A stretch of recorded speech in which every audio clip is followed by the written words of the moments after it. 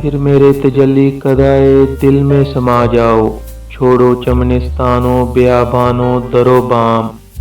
آفاق کے ہر گوشے سے اٹھتی ہیں شعائیں،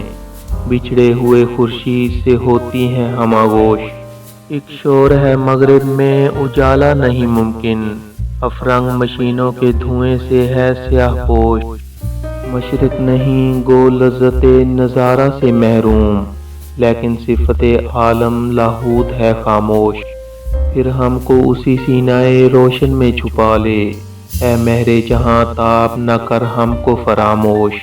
ایک شوخ کرن شوخ مثالے نگاہ حور، آرام سے فارغ صفت جوہر سیماب، بولی کہ مجھے رخصت تنویر عطا ہو،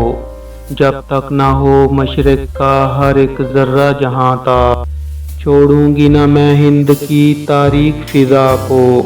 جب تک نہ اٹھیں خواب سے مردان گراں خواب۔ خاور کی امیدوں کا یہی خاک ہے مرکز، اقبال کے اشکوں سے یہی خاک ہے سیراب، چشمے میں و پرویں سے ہے اسی خاک سے روشن، یہ خاک کے ہے جس کا خزف ریزہ در ناب، اس خاک سے اٹھے ہیں وہ غواص معانی،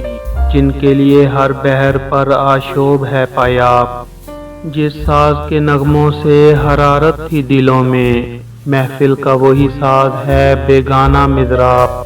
بت خانے کے دروازے پہ سوتا ہے برہمن، تقدیر کو روتا ہے مسلمان تہہ محراب،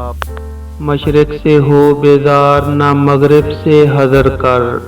فطرت کا اشارہ ہے کہ ہر شب کو سحر کر، مقابلہ تو زمانے کا خوب کرتا ہوں، اگرچہ میں نہ سپاہی ہوں نہ امیر جنوں، مجھے خبر نہیں یہ شاعری ہے یا کچھ اور، عطا ہوا ہے مجھے ذکر و فکر و جذب و سرود،